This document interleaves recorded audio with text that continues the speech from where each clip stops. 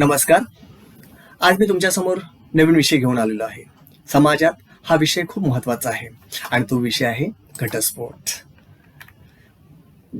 नेमकं घटस्फोट म्हणजे काय?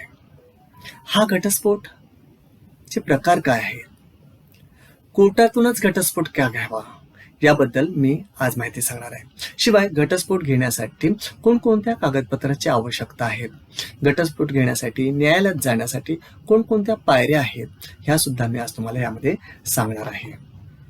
तर पहिला विषय जो आहे पहिला आपण सुरुवात करूया. घटस्फोट म्हणजे काय? पहिलं म्हणजे घटस्फोट जो आहे, हे घटस्फोट म्हणजे न्यायालयात याचिका दाखल करून कायदेशीर प्रक्रियेद्वारे विवाहाचे विघटन करणं. म्हणजे जेव्हा न्यायालयात घटस्फोटाचा आदेश देतं त्यावेळेला पती आणि पत्नी यांच्या वैवाहिक नात्याचा अंत होतो आणि त्यांचा विवाह जो आहे तो संपुष्टात आला जातो. म्हणजे पती आणि पत्नी विभक्त होण्याबरोबरच त्यांच्या ज्या मालमत्ता आहे या मालमत्ता सुद्धा काय केलं जातं, चे विभाजन होतं. मुलांचा ताब्याचा प्रश्न देखील यामध्ये समाविष्ट असतो.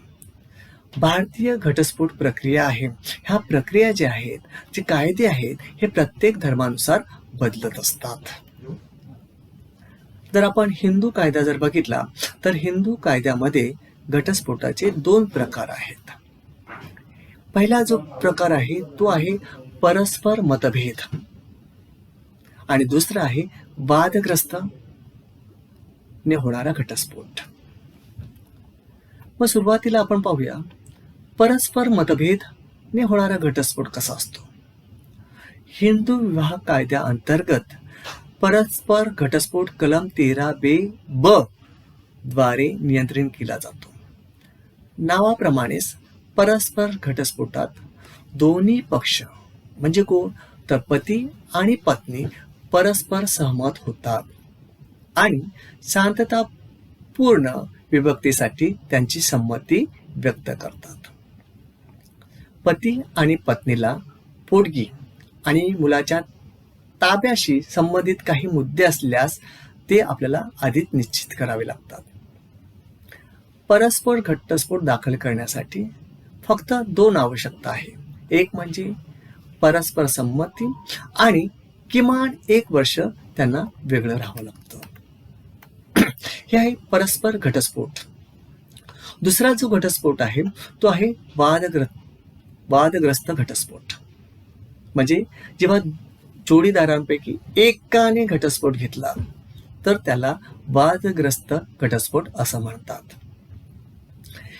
हिंदू विवाह कायदा 1955च्या कलम 13 मध्ये वादग्रस्त घटस्फोट दाखल करण्यासाठी कारण सांगितलेले आहे आणि या कारणामध्ये क्रूरता, धर्मपरिवर्तन, अस्वस्थ मन, संसर्गजन्य रोग किंवा जोडीदारापैकी एकाने 7 वर्षापेक्षाही जास्त काळ कधीही न ऐकलेले घटस्फोट, हे 2 प्रकार आहे. एक वादग्रस्त घटस्फोट आणि परस्पर संमतीने होणारे घटस्फोट. आता घटस्फोटाची प्रक्रिया काय आहे? पायरी 1, घटस्फोट मागण्याचे कारण सांगणारी याचिका तयार करायची आणि दोन्ही पक्षांनी त्यावर संमती दर्शवायची. दुसरी पायरी आहे कुटुंब न्यायालयात संबंधित वकील जे असतात त्या वकिलांच्या माध्यमातून संयुक्तपणे याचिका दाखल करायची. तिसरी पायरी आहे कागदपत्र जे आहे, ही कागदपत्रासह याचिका तपासणी केल्यानंतर न्यायालय सत्तेवर जबाब नोंदवण्याचा आदेश देईल. त्यानंतर चौथी जी पायरी आहे, पक्षांना त्यांच्या सामंजस्य निर्माण व्हावे यासाठी 6 महिन्याचा कुलिंग पिरियड दिला जातो. म्हणजे 6 महिन्याचा पिरियड त्यांना दिला जातो. 5वी पायरी आहे की 6 महिन्यानंतर जर समेट झाला नाही किंवा दोन्ही पक्ष एकत्र आले नाही, त्यांच्यामध्ये एकमत झालं नाही, तर दोन्ही पक्षांना अंतिम सुनावणीसाठी हजर राहावे लागते. घटस्फोटाची याचिका दाखल केल्यानंतर 18 महिन्याच्या आत पक्षांना दुसऱ्या प्रस्तावासाठी हजर राहावं लागतं. आणि 6वी पायरी आहे अंतिम सुनावणीत न्यायालय विवाह रद्द करण्याचा हुकूम देतं किंवा आदेश देतं. म्हणजे अशा प्रकारे ही प्रक्रिया आहे. परंतु जर आपल्याला परस्पर संमतीने घटस्फोट घ्यायचा असेल तर कोणकोणती कागदपत्र आवश्यक आहे? पहिलं म्हणजे पती पत्नीचा पुरावा, निवासी पुरावा.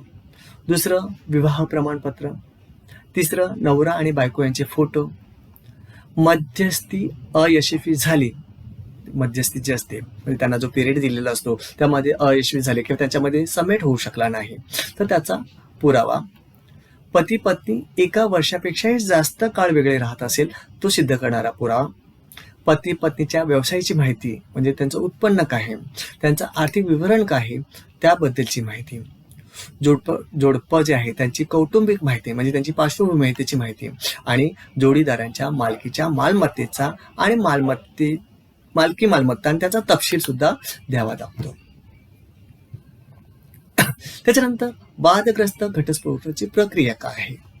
म्हणजे मी सुरुवातीला सांगितलं की वादग्रस्त घटस्फोट जो आहे हा वादग्रस्त घटस्फोट कशामार्फत केला जातो, हे का होतो वादग्रस्त घटस्फोट? तर भारतामध्ये वादग्रस्त घटस्फोटासाठी अर्ज करण्यासाठी काही पायऱ्या आहेत, काही स्टेप्स आहेत.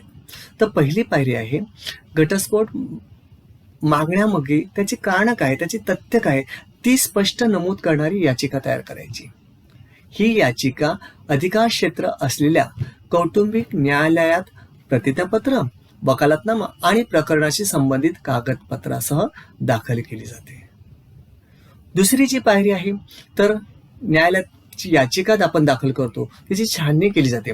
त्याचं जर समाधान झालं तर खटला पुढे नेण्याचा निर्णय घेतला जातो आणि पक्षाला म्हणजे दुसरा जो पक्ष आहे त्या पक्षाला वकिलासह तारखेला हजर राहण्यासाठी नोटीस पाठवतं किंवा समन्स पाठवलं जातं.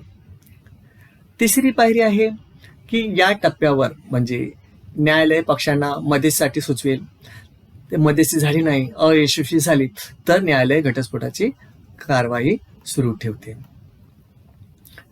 चौथी पायरी आहे की एका निश्चित तारखेला दोन्ही पक्ष न्यायालयात हजर राहतील, त्यांचे जबाब नोंदवले जातात, पुरावे सादर केले जातात, उलट तपासणी घेतली जाते, साक्षीदार आणावे लागतात, साक्षीदार सादर करावे लागतात आणि त्यानंतर दोन्ही वकील त्यांचे अंतिम युक्तिवाद सादर करतात.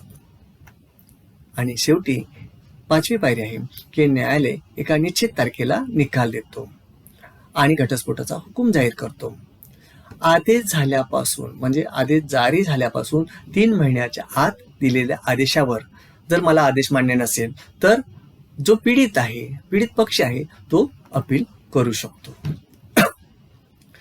आता वादग्रस्त घटस्फोटासाठी कोणकोणती कागदपत्र आवश्यकता आहे? परस्पर घटस्फोटासाठी कोणकोणती कागदपत्र आहे हे मी तुम्हाला सांगितलं. आता वादग्रस्त घटस्फोटासाठी कोणती कागदपत्र आवश्यक आहे ही माहिती मी तुम्हाला सांगणार आहे. पहिलं म्हणजे पती पत्नीचा पुरावा, रहिवासी पुरावा, पत्नी पत्नीची आर्थिक स्थितीची पुरावे, विवाह प्रमाणपत्र, घटस्फोट कोणत्या आधारावर दाखल केला जात आहे ती सिद्ध करणारे पुरावे हे त्यांना द्यावे लागतात. आता महत्वाचा प्रश्न आहे की कोर्टातूनच घटस्फोट का घ्यावा?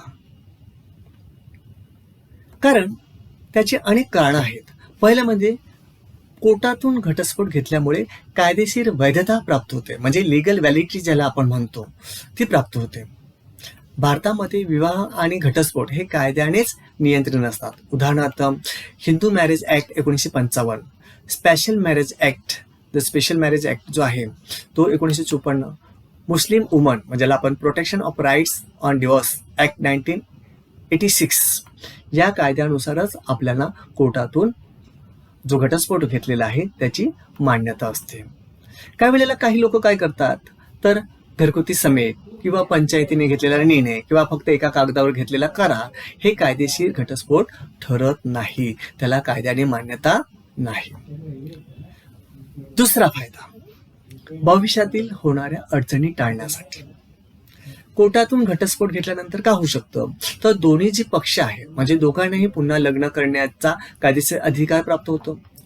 दुसरा भविष्यातील जी मालमत्ता आहे, वारसा किंवा वैवाहिक स्थिती आहे त्याचे वाद निर्माण होत नाही.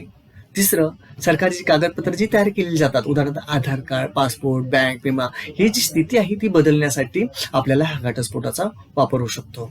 म्हणजे कोर्टाचा आदेश नसेल तर अनेक अडचणी येऊ शकतात. आणि तिसरं जे आहे ते आहे पोटगी, म्हणजे मेंटेनन्स किंवा आर्थिक हक्क. कोर्ट जे आहे ते कोर्टातून घटस्फोट घेतल्यानंतर पती आणि पत्नीला किती पोटगी द्यायची, मेंटेनन्स किती द्यायचा, एक रकमी द्यायचं की मासिक भत्ता द्यायचा, तसं दुसरं मालमत्तेचं विभाजन कसं करायचं, यामुळे दोन्ही पक्षांना सुरक्षितता प्राप्त होतं. आणि चौथा प्रश्न जो आहे मुलांची कस्टडी. जर मुलं असतील तर मुलांची कस्टडी कोणाकडे द्यायची, एका पालकाला दुसऱ्या समजा पालक आहे त्यांना भेटण्याचा हक्क काय आहे, म्हणजे व्हिजिटिंग राईट्स आहेत, त्या मुलांची शिक्षणाची जबाबदारी काय आहे, यावर सुद्धा अधिकृत आदेश देतं आणि म्हणजे मुलांच्या हितांना प्राधान्य दिलं जातं. आणि शेवटचा फायदा आहे संरक्षण. कुठलं? कायदेशीर संरक्षण. म्हणजे जी कोर्टाने प्रक्रिया झाल्याने काय होतं, खोटे आरोप जे आहेत ते टाळता येतात, भविष्यात कायदेशीर कारवाईपासून संरक्षण मिळतं, पोलीस किंवा न्यायालयीन नोंदी स्पष्ट राहतात आणि यामुळेच आपल्याला कोर्टातून घटस्फोट घेणं खूप फायदेशीर असतं. दुसरा महत्वाचा मुद्दा आहे की कोणत्या कारणामध्येच मिळू शकतो घटस्फोट.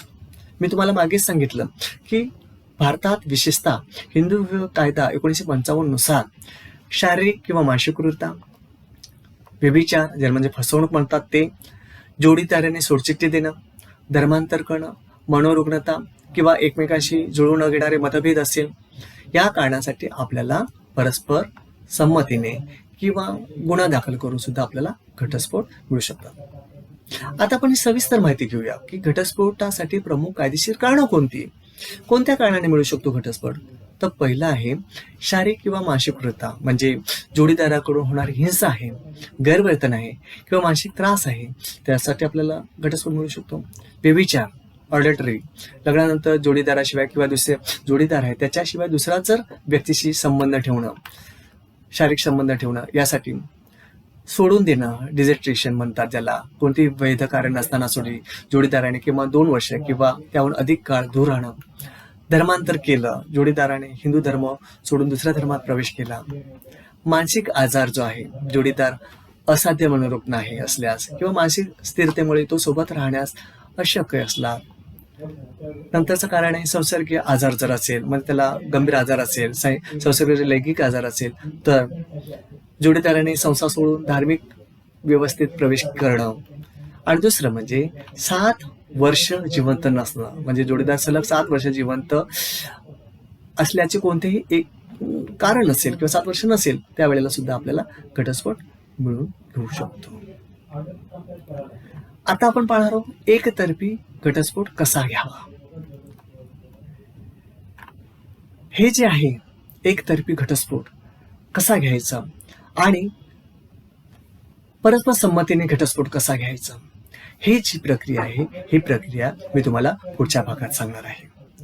मग आज आपण काय पाहिलं, आपण आजच्या भागामध्ये काय पाहिलं ते आपण परस्पर समजून घेऊया. परत पुन्हा एकदा मी रिव्हिजन करतो ज्याच्यामुळे तुम्हाला पुन्हा एकदा समजून घेता येईल. पहिलं म्हणजे आपण काय पाहिलं, घटस्फोट पाहिला.